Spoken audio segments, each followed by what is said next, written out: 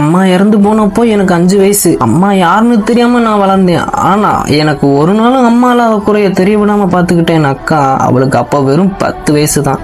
மற்ற பிள்ளைங்க எல்லாம் ஸ்கூலுக்கு போய் விளையாடிட்டு இருக்கும்போது என் அக்கா எனக்காக சமைக்க கத்துக்கிட்டு காலையில என் தலையை சீவி விட்டு சாப்பாடு ஊட்டி ஸ்கூலுக்கு அனுப்பி வைப்பா. அவளோட சின்ன வயசு ஆசைகள் விளையாட்டு எல்லாத்தையும் எனக்காக மறந்துட்டாங்க. நாட்கள் ஓடிச்சு. எனக்கு வேலை கிடைச்ச முதல் மாசம் அவ கை நிறைய சம்பளத்தை கொண்டு போய் கொடுத்தோன்னே அதை வாங்கி அவ கண்ணுல இருந்து கண்ணீர் வடியும் போது கவனிச்சேன். அவ கையில இருந்து வளையல், கழுத்துல இருந்த செயின் எதுவுமே இல்லைங்க. என் படிப்புக்காக எல்லாத்தையும் அடகு வச்சிருக்காங்க. பெத்தம்மா ஒரு தடவை தான் உயிர் கொடுப்பான். ஆனா அக்கா தான் வாழ்நாள் முழுக்க நமக்காகவே உயிர் வாழ்ற இன்னொரு அம்மாங்க. உங்க அக்கா உங்களுக்கு அம்மாவா இருந்திருக்காங்கடா. கமல்ல ரெட் கலர் ஆட்டை போட்டுக்கோங்க.